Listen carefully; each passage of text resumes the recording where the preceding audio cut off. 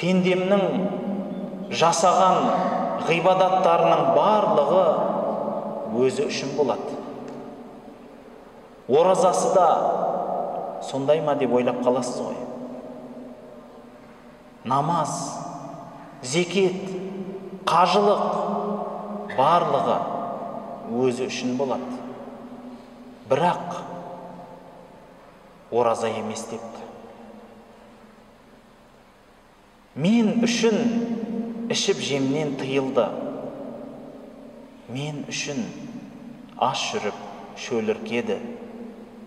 Мен ол кісімен қияметте өзім есептесем депті. Пайғамбарымыз саллаллаху алейхи вассаламнан келген бір хадис бар. Кімде-кім Аллах үшін деп, Аллахтың ризалығы үшін деп, бір күн, бір-ақ күн ораза тұтатын болса, Аллах сол бір күнменен ол кісіні 40 жылға дозақтан ұзақтастырады дейді. 40 жылға.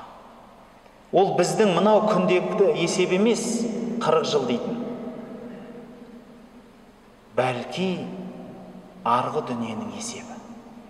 Ол күннің бір күні біздің 50 мың жылға татиды.